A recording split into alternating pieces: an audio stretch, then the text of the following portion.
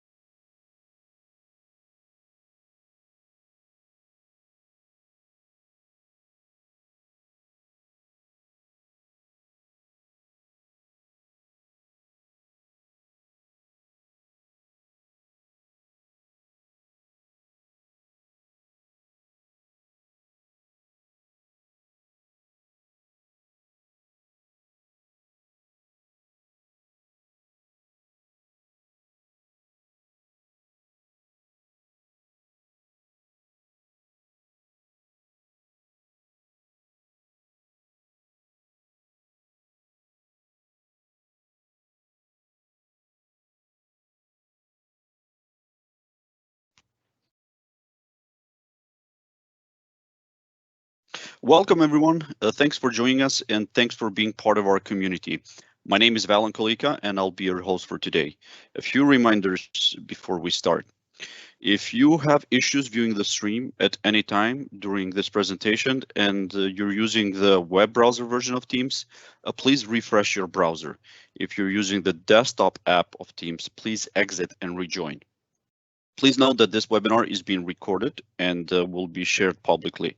We will post the recordings on our community at aka.ms/security-webinars. And all the links that I'll be referencing here have been already posted or announced in the live event Q&A section. Closed captions in several languages are available during the live broadcast, and you can enable them by clicking on the CC button located at the lower right corner of your screen. Please feel free to ask questions at any time by typing them in the live event Q&A window by clicking on the Ask Question button. Be aware that any questions you will post will be publicly visible. But if you prefer, you can post your question anonymously by checking the box right below where you enter it. Now, we often receive many questions on these webinars, and we will do our best to respond to all of them in real time.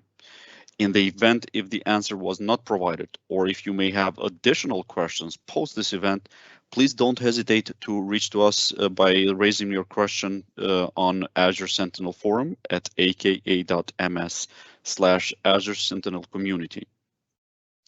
If you're listening to this after the fact as a recording, that's also a great place to ask a question. We love to hear your feedback on how we can improve these webinars, and you can do so at aka.ms/security-webinar feedback. And by the way, as I mentioned, all the links have been posted already for your quick reference. I would like to invite you also to join our public community by visiting aka.ms/security community. That's the best way to ensure you don't miss any future webinars or major announcements. On our community, you can speak directly to our engineering teams that create our security products. You'll be able to influence our product designs and get early access to changes by doing things like participating in private previews, which you can sign up for at aka.ms/security-prp. You can request features, give feedback, review our product roadmaps, register for events, or join webinars like this. We believe that the best way to improve our products is by removing any barriers between you and the people that create them. So we hope you'll join us. In today's session, Javier Soriano, Cristhofer Romeo Munoz, and Sreedar Ande will guide us on how to use Azure Data Explorer as your retention platform for Azure Sentinel logs.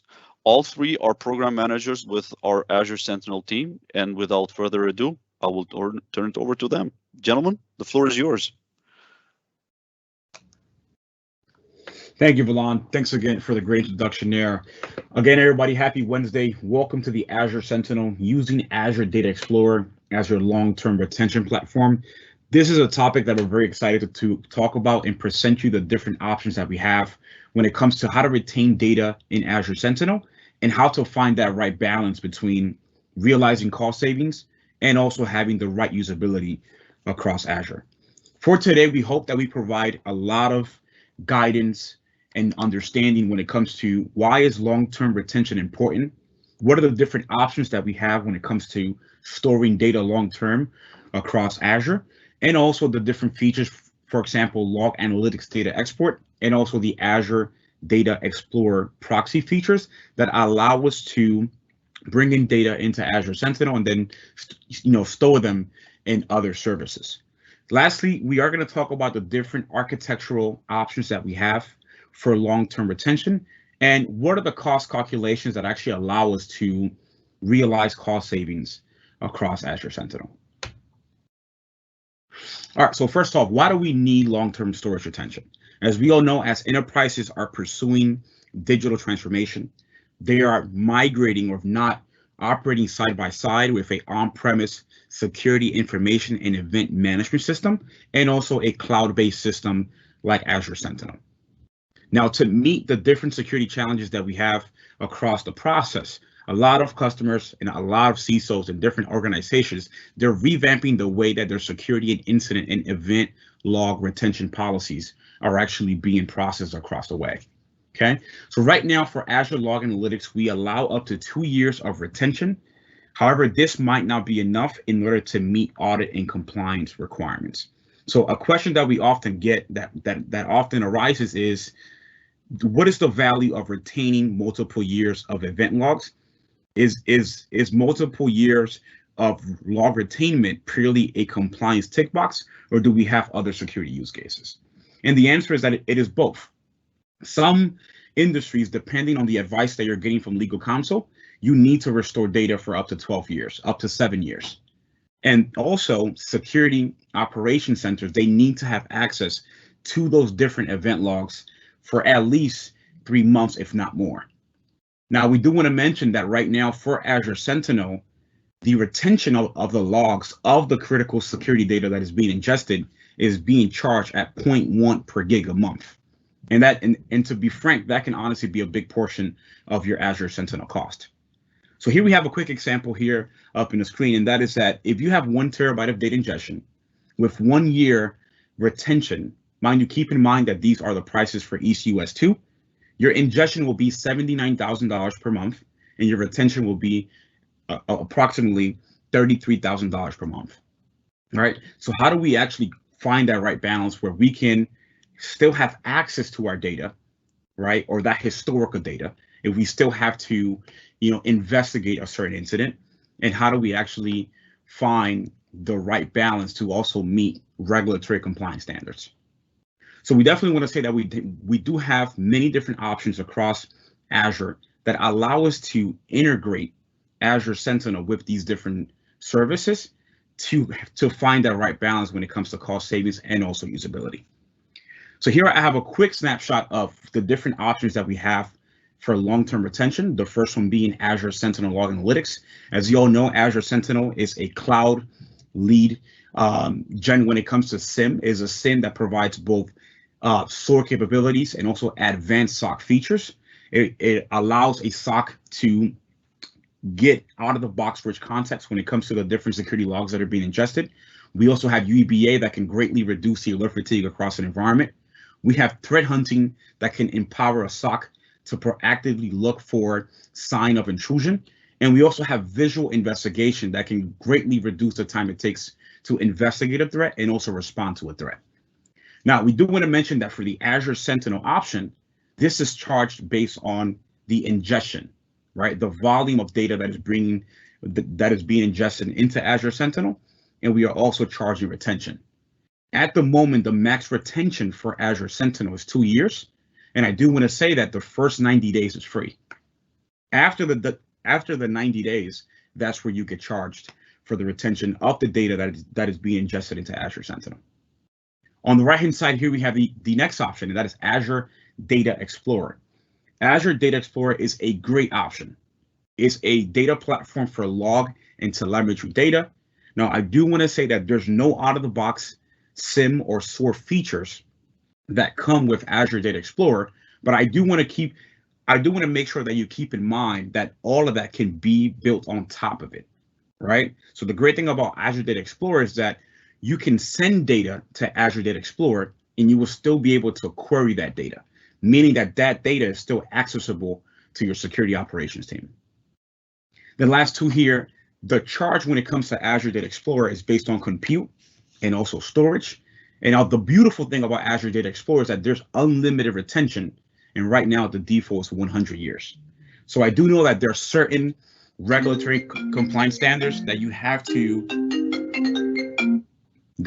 to retain data up to 20 years. Azure Data Explorer will definitely be the option for that. Lastly, here we have Azure Blob Storage. Is a very simple storage service. And for that, we do have a pricing when it comes to the, based on the consumed capacity and also transactions. Lastly, here, the max retention is 400 years. This right here just shows us a quick snapshot of the performance. Azure Sentinel being high when it comes to performance, the maximum retention being 2 years, and that this is a cloud model for SaaS, and the cost is high and the purpose is for SecOps. Now, Azure Data Explorer, the performance is high to low, the maximum retention is unlimited, and we do have a cloud model that is based on PaaS.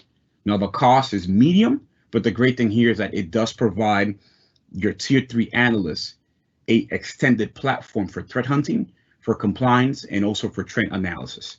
Lastly here, Azure Storage, the performance is medium to low. The maximum retention is 99 years. IaaS is the cloud model. The cost is relatively low, and the purpose here is to archive to meet compliance requirements and also auditing requirements. With that said, I do want to pass it on to Sreedar, who will talk about the more granular features that we have, including the Azure ADX feature. Thank you, Chris. Thank you so much for a great introduction. Once again, thank you all for joining us today. In next 15 minutes, I will explain you the log analytics data export feature, which is a native feature, and also the ADX proxy and a custom solution to move your log analytics data to the storage account. And if time permits, I am also planning to give demo on the Logic app. So with that said, I will start my session with log analytics data export feature. Hi, Sreedar. Sorry to interrupt. Could you please minimize the small window of Teams there so it's not blocking your? There you go. Thank you so much. Sorry. Thank you so much. So log analytics data export is a native feature, and log analytics is part of Azure Monitor. And now, as per this diagram, once the data export rules are configured in your workspace, any data arriving at log analytics ingestion endpoint will continuously export the data from selected log analytics table to an Azure storage account or an event hub. Here, one important point here is all data from included tables is exported without a filter. This means you cannot filter out the data. For example, you cannot filter where my event ID equal to 4625 or 4624. I need only that data needs to be forwarded either to a storage account or event hub. That facility is not available. As data export is a native feature, it supports all the tables, and I have listed all the supported tables here. I will show you quickly. Okay, these are all the supported tables where you can send all these tables data either to a storage account or a event hub. But it does not support custom log tables, and the custom log tables support is coming in the next half of this year. And you can use storage account as a destination and event hub as a destination, but both of these, either a storage account or event hub, must be in the same region as log analytics workspace. As of now, only one event hub and one storage account rule is allowed. And the data export feature comes with some cost associated with it. It charges 0.1 penny per GB, and this cost is based on US2 region. So now we will talk about the different storage options as destination. The first one is, as mentioned earlier in the screen in my previous slide, we can use storage account as a destination or event hub as a destination. If you chose storage account as a destination, the data from your selected log analytics table will be sent to storage account every hour, and it automatically creates a blob container for each table in the storage account with the name AM-table name. AM stands for Azure Monitor. As I mentioned, log analytics is part of the Azure Monitor. And next thing, if you choose event hubs as a destination, here, unlike Azure storage account, event hub is not a database. It's a real-time event stream engine, data sent to event hub in near real time as it reaches to Azure Monitor. Similarly, like a storage account, it will automatically create an event hub topic inside a event hub namespace for each table that you export. And this also has a prefix AM-table name, that is Azure Monitor-table name. As event hub is a PaaS service, there is some limitations comes with event hub. We have a limitation of 20 throughput events, and each throughput unit can send 1 MB of data per second. So when you are designing an event hub, the recommended approach is use the auto inflate feature of event hub to automatically scale up and increase the number of throughput units up to 20 to meet your usage needs. And this is Azure Data Explorer proxy.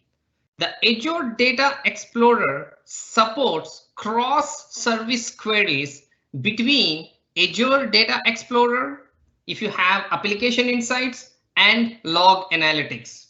It will query the ADX data from within your log analytics or Sentinel workspace screen itself. You can use the ADX data in workbooks, and you can use PowerShell or REST API to query the ADX data. So this is the syntax of the ADX. You need to use the ADX keyword, and this is a standard syntax. This is your ADX cluster name and the region and the database name and the table name. I will quickly show you how to run a query, how to query the data from ADX. For example, if you go here, this is my log analytics workspace and this is my cluster.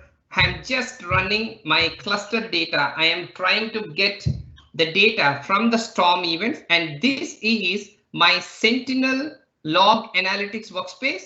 From my Sentinel log analytics workspace, I am querying the data from Azure Data Explorer cluster. So this is how you see the data that is coming from ADX. So going back to my presentation again. And using this Azure Data Explorer proxy, you can correlate and aggregate the data spread across your ADX cluster and log analytics. And Azure Sentinel hunting support for ADX is coming very soon. And our next topic is different architectural options. In this architectural option, the first option is export data to blob storage using Logic App. This is a custom solution. Logic App is a custom solution, and one of my colleague, Matt Lowy, created Logic App and published in Azure Sentinel GitHub repo. You are free to download Logic App and you can update the logic based on your requirements. You can run this Logic App on a schedule, either hourly or daily. The advantage of Logic App is you can apply filters. That means you can decide what data you can send from log analytics to the storage account. This means you can nearly avoid data duplication because, as Chris mentioned, by default, if you install a Sentinel on a log analytics workspace, you will get 90 days free retention days. So you can write a query in the Logic App saying that the data which is greater than 89 days, you can send that data to a storage account. So officially the approach is documented here. And we have a solution. I already deployed the solution. I will explain you.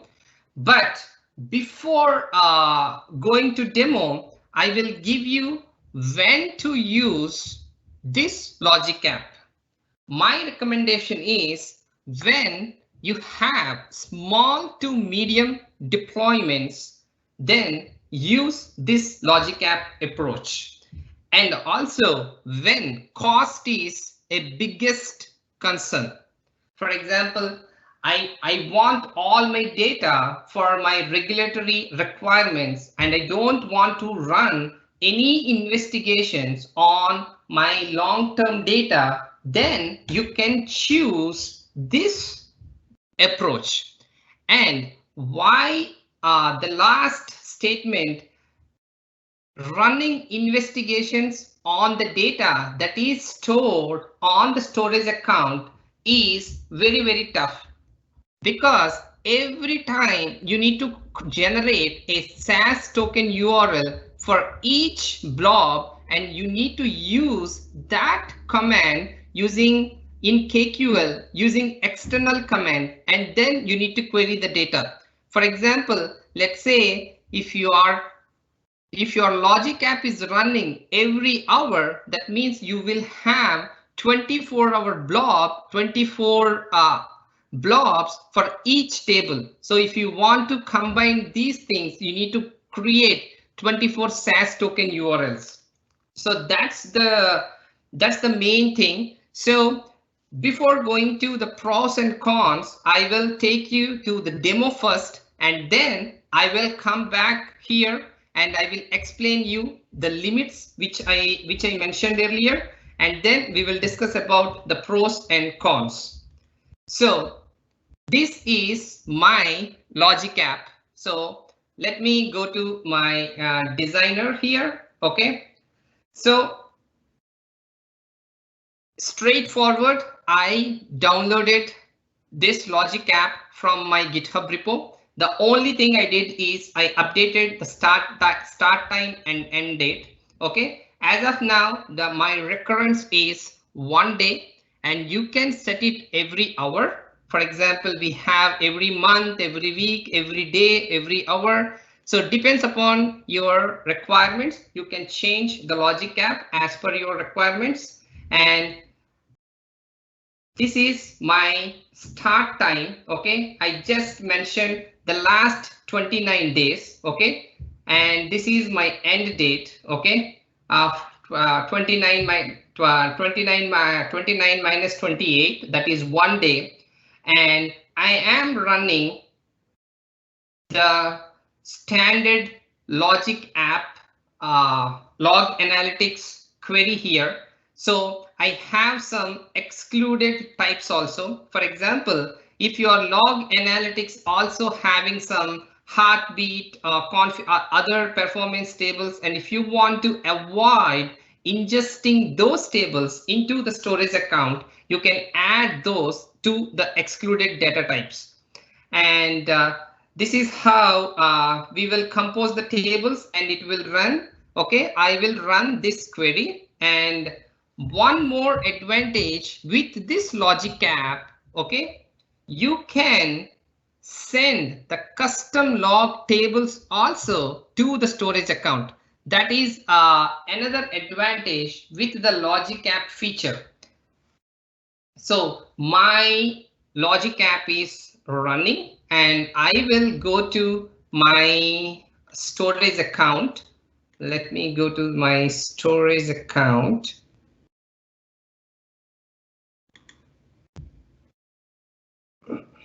One minute, my resource group. OK, this is my storage account. If you go to my containers, OK, under my container, OK, it created a folders for each table. These are all my tables that are coming from the log analytics workspace. And for each table, you will see an individual blobs. For example, as I mentioned, it will, if you are running every day or every hour, it will put all the blobs based on into your storage account. If you want to query the data for any purpose, OK, how we need to do. For example, let's say if you want to query the data, for example, I am going to my container and Azure activity. So you need a specific day or specific time blob data. If you want to query, then just you need to go to that specific blob like this. OK, and then click on generate SAS and click on generate SAS token and URL, and copy the blob SAS URL here and come back to your log analytics workspace and go here. OK, I'm just replacing the SAS token URL which I copied just now. OK, I'm just copying here and click on run. This is how you need to query the data from the storage account using the command called external data. For example, if it is a single blob, OK, fine, I can go and I can generate the SAS token and I query the data. If it is more than one table, more than one blob, means for if you want to review the data from the last 4 hours, that means you need to go to the last 4 hours of blobs and you need to create 4 SAS token URLs, and then you need to put it here to get the data. So this is a very, very tricky part. That's why querying the data is very tough from the storage account. Going back to my presentation here. sorry, going back to my presentation here. Okay, so coming to pros and cons, as I mentioned, when the cost is the biggest concern, okay, we will go with this solution, but the performance is very, very low and you need to use external data command, which is very tough. That is one disadvantage with having the data in storage account. And we have couple of advantages. There will be nearly no duplication of data, and we, using Logic App, we can move the custom log tables also to the storage account. And now I will walk you through what are the limitations of this Logic App. I already had a link here. Just go to the limits here. Okay, these are all the limits. Okay, and Logic App queries cannot return more than 500k rows, and log queries cannot return 64 million bytes, and it cannot run longer than 10 minutes by default, and it has a limitation 100 calls per minute. Based on all these limits, okay, we suggest the Logic App implementation is applicable only to small and medium deployments. That's all from my side. Thanks again for joining us, and I will pass it through to Javier. Perfect. Thank you, Sreedar. Let me share my screen. Perfect. Okay, so thank you, Sreedar. Sreedar, maybe can you go on mute? Maybe Sreedar, I think I hear some echo. Okay, now it's good. Perfect. So the second option in terms of architectural options to use long-term data storage platforms for Azure Sentinel is using the data export feature that Sreedar explained to send the data to blob storage, to a storage account. Okay, so as we explained, it's a native feature that is now available in Azure Log Analytics. So basically, as the data comes into Log Analytics, is splitted. It goes to both the workspace and also to a secondary destination, in this case, a storage account, an Azure blob storage account. So the data is exported hourly, also Sreedar touched on that. And the data that expires in Azure Sentinel, because of the default retention that we set in there, it will be available still in our Azure blob storage account. It's officially documented in this link that I think Valon already put in the chat, so you have that available. When do we recommend this option? Deployments of any size. So thanks to the Log Analytics data export feature, it can absorb very high throughput. So it doesn't matter if you have a high number of EPS, you will still be able to use this feature to send the data to a storage account.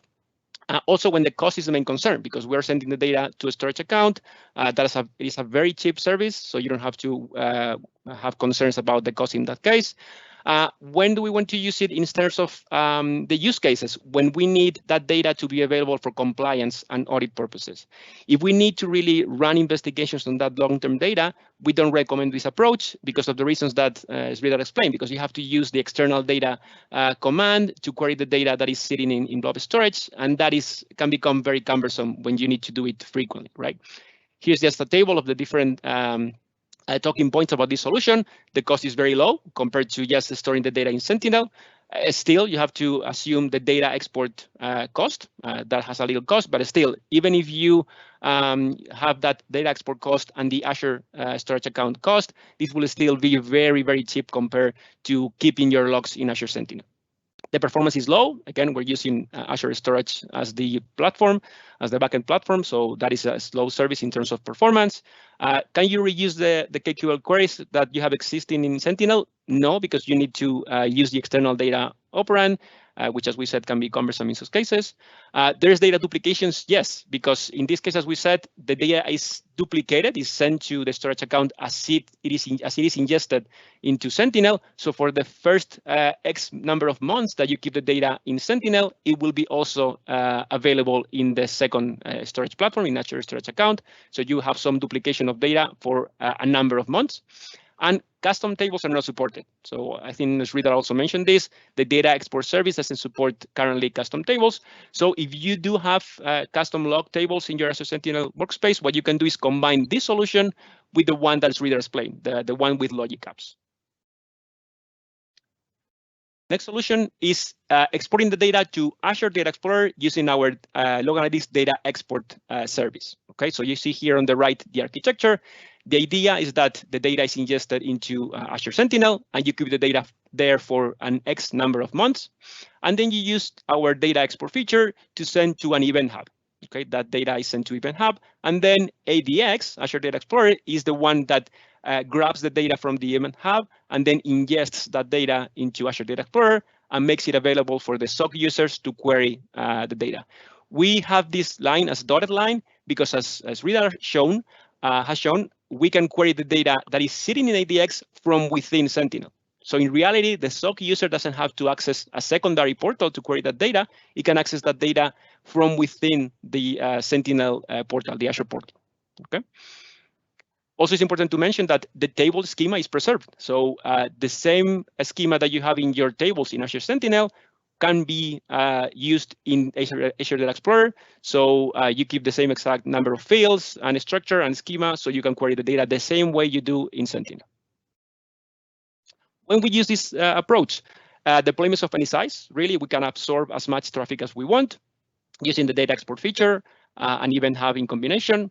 Also, when long-term data is used during investigation sporadically. So we have seen some customer cases where they need to run investigations on long-term data every week or every couple of weeks. So that is a frequent access to long-term data. So this is a perfect use case for that scenario. And also when we need to have medium to good performance when querying that long-term data. We don't want to be sitting there for hours with, for example, with a storage account. You would have to wait for some time to retrieve the data successfully. With Azure Data Explorer, you have more control on how is the performance of that cluster. If you have the summary, the cost is medium. Still, again, it's going to be cheaper sending those long-term retention logs to Azure Data Explorer instead of keeping them in Sentinel.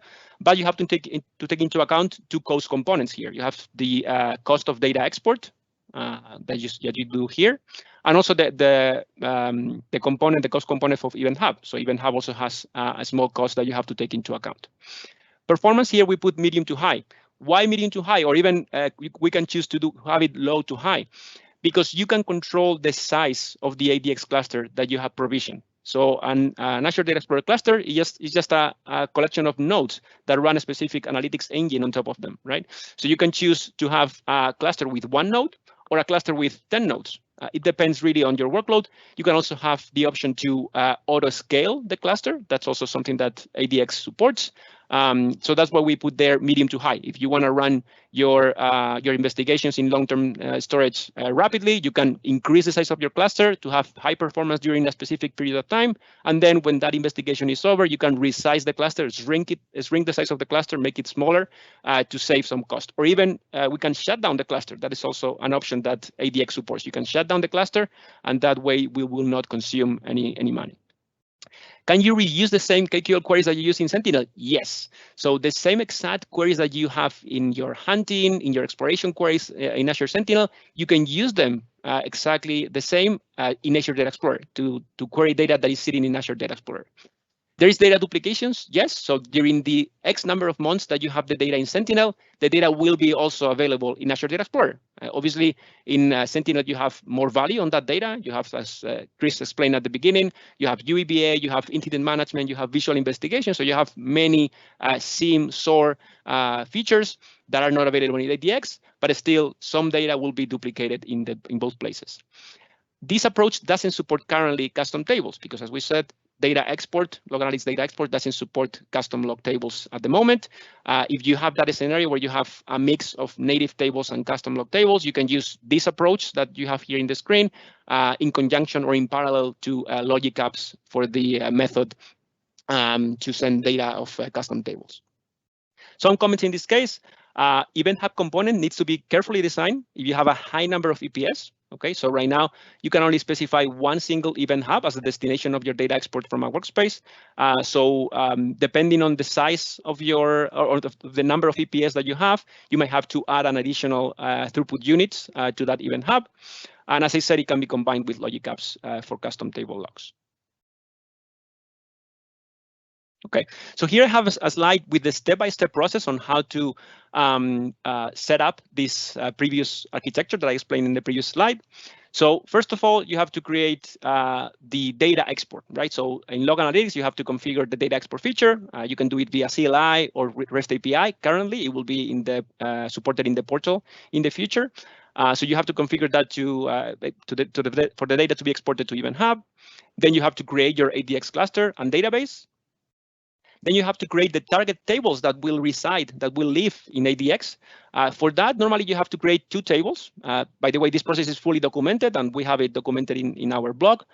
So you can take a look at it in there. But basically, you have to create 2 tables for each original table, one that will contain the raw records. Okay, this would be stored in JSON format, and then a final table that will have the same exact structure and schema as the original one in Log Analytics. This one, by the way, just in case you are concerned, this one will not consume any storage. So this one that captures the raw records coming from Event Hub will be automatically deleted. So there's no cost associated with that one.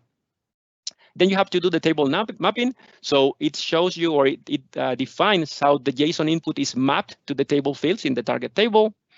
You have to create one thing called the update policy. Basically, this is a function that is executed on the data as it is ingested. Okay, this allows you to transform the data from the JSON format into the target table schema. You have to set up the data connection from Event Hub into the ADX table. And then you have to modify the retention table because the default is 100 years, and normally you don't want to keep the data for 100 years in ADX either, right? This sounds complex, but it's not so difficult. And by the way, we have a script that Sreedar has done that basically automates the process a little bit. This whole process that can be not complex, as I said, but can be cumbersome in some cases. We have a script that automates these steps, so you can execute them and be done with it pretty easily. Let me show you a little bit demo about this. So I'm gonna jump into my portal. So here I am in my Sentinel portal where I have this specific workspace, admin SOC it's called. Let me make the screen a little bit bigger. There we go. So it's called admin SOC. And I want to show you what are the data export rules that I configured in this case for this specific workspace. This is it. This is the command. AC monitor, log analytics workspace data export list. I will give me the different configurations that I have. I have created 2 data export rules. This is one of them. I will explain this later, but I wanted to focus on this one, right? This is the second one that I have created. Here I specify what tables do I want to export. In this case, I want to export the heartbeat table and security event tables, these 2. And I'm specifying here what is the destination. In this case, it's Event Hub. And this is the specific resource ID of my Event Hub destination, okay? So if I go back to my portal, I go to my home, and I go to that specific Event Hub, which is this one, I will see that there's 2 Event Hubs created within this namespace. As you can see, there's 2 with the name conventions that Sreedar explained, AM dash the table name, AM heartbeat, AM security event. If I go into one of them, I will see that there's traffic going in and out of this specific Event Hub. And then I wanted to show you how everything is set up in the ADX side of things. If I go back to my home, I go to my ADX cluster, which is this one. This is how an ADX cluster looks like in the Azure portal. As you can see right here, you have some statistics and stuff like that. And here we also have databases. So databases are like workspaces in the ADX terminology. So if I go to databases, I see that I have just one, Javier DB. And here I have data ingestion under settings. In this data ingestion, I have 2 specific data connections right now, each of them pointing to each one of my event hubs that you just saw. So for example, in this case, the security event one, if I click details, this is how it's configured. It's telling me that I'm grabbing data from the security, it's called just security event. I'm grabbing the data from this specific event hub. and this specific event hub instance, the AM-security event. This is the consumer group, basically who is consuming this data. It's $default. And then I have to specify what is the target table name within Azure Data Explorer that will capture this data. Okay, in this case is security event raw. I have to specify the format in which the data is coming in, and then the mapping. So how is that data going to be transformed and mapped into fields in my target tables? Okay. If I go now into the query screen from within here from the portal, I will be able to show you the different tables that I have created in my IDX cluster. And we can query the data and see that it's already there. Okay, so you see here the different tables. As we saw, as I explained before, we have for each table one that is raw and one that has the actual schema that I have in Log Analytics. So for example, we have security event. If I execute here security event, and I can do take 100, it will give me the data from that specific table. As you can see, it is exact same format and schema as the one that I have in Log Analytics. Okay. Not only that, but as Sreedar explained, I can actually query the data from within my Sentinel environment. I'm back in Sentinel in the admin SOC workspace, and I can use that naming convention. So the cluster name and region and the DB name, then dot the table name. Let me put here security event.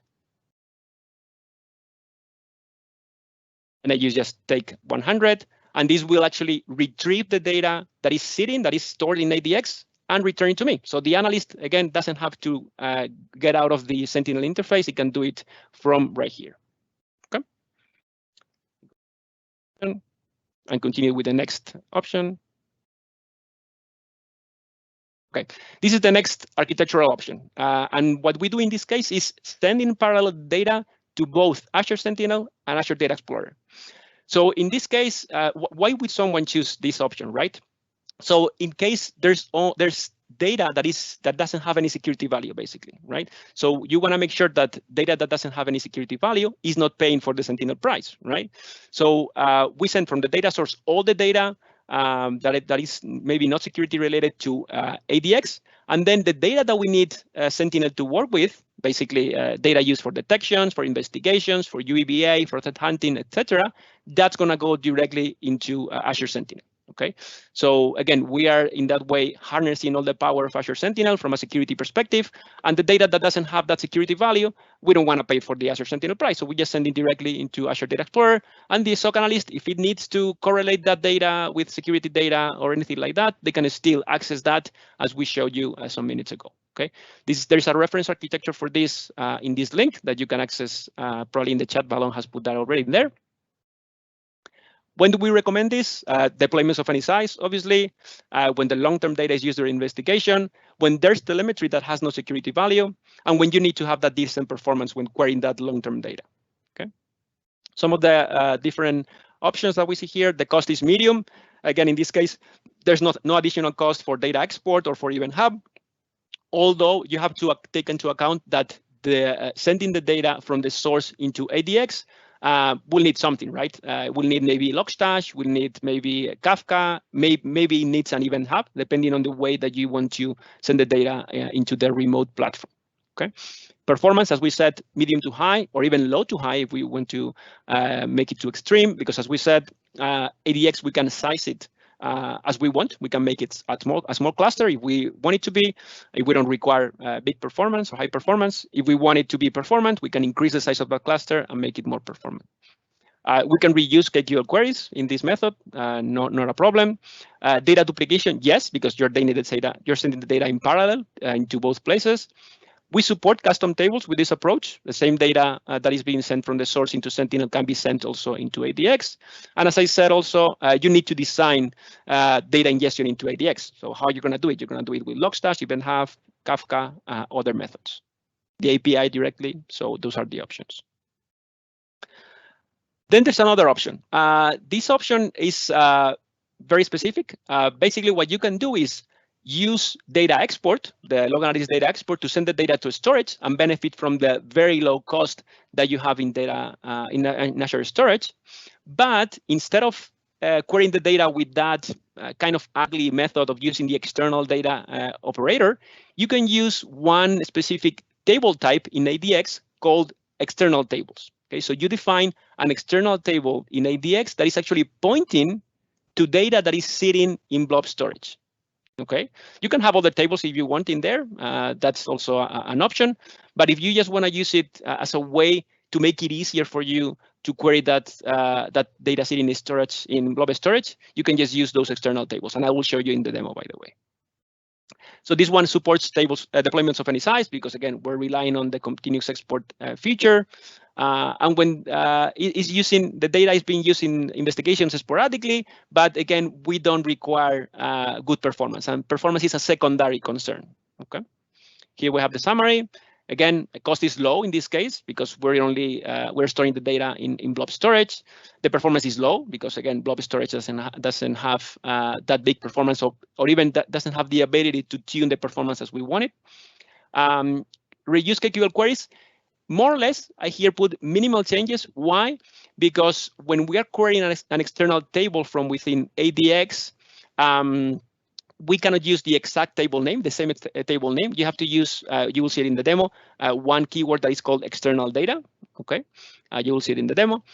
Data duplication, yes, because again, we're using data export and the data will be in both the workspace and blob storage.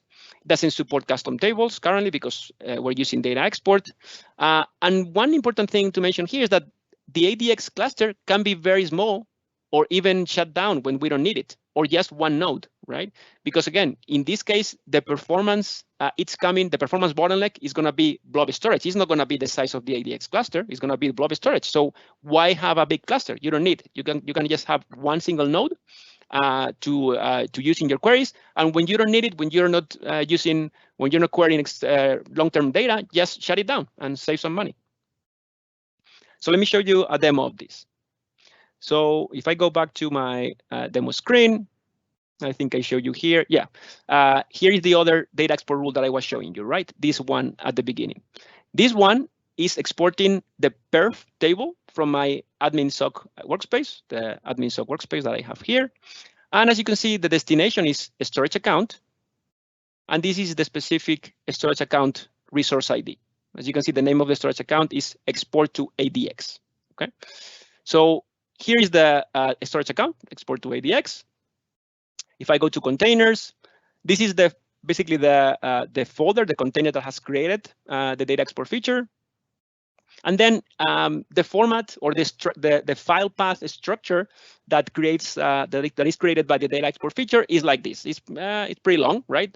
First of all, the workspace ID, then subscription ID, resource group, providers, operational insights, workspaces, admin SOC. Well, you know, very difficult, right? If I have to go and come here, then it's broken down by a folder per hour during the day, then by the minute, and then I have my file, right? So I would have to come in here, click on this file, generate a SAS token, copy that SAS token, put it in the lock screen explorer in Azure Sentinel. So very, very cumbersome, right? So what you can do is, again, create an external table in ADX that will allow me to query this data much more easily. Let me go back here. So again, I have created that external table. It's right here. And this external table is pointing to that specific folder, to that specific container in my storage account. And this is the change that I told you have to do in your queries. You cannot just put perf as you would do in Sentinel. You have to put external table, perf, which is the name of the table itself, and then the map. The perf map in this case is the name of the mapping. So how you're going to map the information sitting in that blob storage to accommodate or to mimic the schema that you have in the source table in log analytics. So if I execute this query, again, this will take a little bit longer because it's going into ADX and retrieving that data. But as you can see, it's retrieving the data directly from my storage account and still being able to reproduce the same exact schema and format that I have originally in log analytics. So very, very powerful method to query the data. What is the drawback about this method? that you have to query the data from within the ADX interface. As you can see, I'm in the ADX interface in the query screen. If I try to do it from here, it will not work. Okay, so in that case, if I'm using this special architecture, I have to use the external table operand. Okay, going back to the slides. This is the last architecture that I'm going to show you, which is sending the data to Azure Data Explorer via Azure Storage and also Data Factory. Okay, so in this case, I have two components in the pipeline.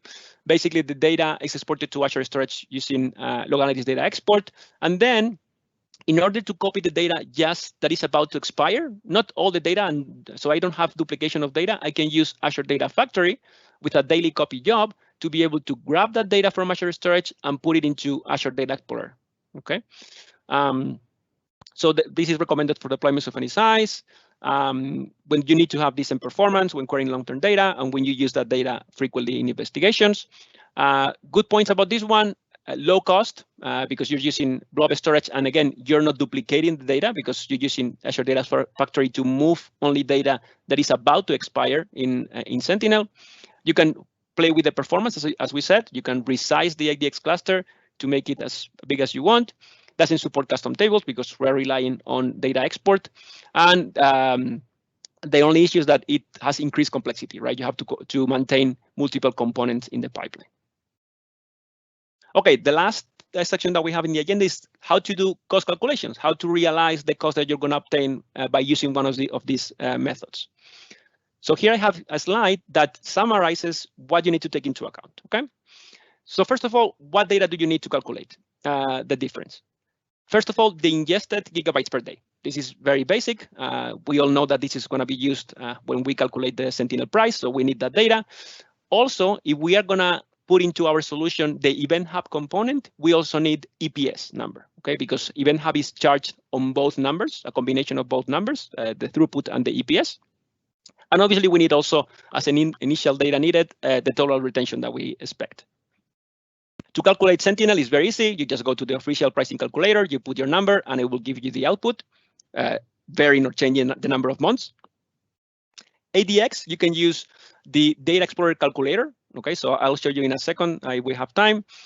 You'll need to make some assumptions in the calculator. First of all, the number of hot data days. This means the number of days that the data is kept in SSD drives, which obviously give you the fastest access. We also have called them hot cache. Also, you need to specify the compression ratio. So ADX has built-in compression. The average of compression across customers is 7x, 7 times compression, but it can vary between 3x and 20x. And also take into account that you look at the reserve instance pricing. Okay, so being compute, ADX is built on compute, you can benefit from very big discounts when you use reserve instance pricings, either 1 year or 3 year reservations. To calculate blob storage, just use the official calculator. In general, transaction costs are going to be negligible, shouldn't be very big. And then there's some additional considerations in the solution, right? Besides just the cost of the platform where you're storing the logs, you also have to take into account if you're using log analytics data export, you have to calculate the cost per exported gigabytes. And then you're using Event Hub, you have to calculate the megabytes per second. So this is just an easy conversion between gigabytes per day. You can calculate your megabytes per second. That will give you the number of throughput units that you have in Event Hub. And if you have the number of EPS, you have to also put that into the calculator. There's a link here to the calculator. And then also you might need to consider using a dedicated Event Hub if you have a high traffic volume, like around 20, 30K EPS or more, you might have to consider moving into a dedicated Event Hub. Okay.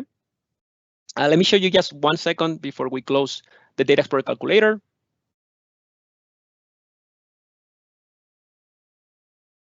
It is in this link, by the way, that I'm sure that Valon has put in the chat.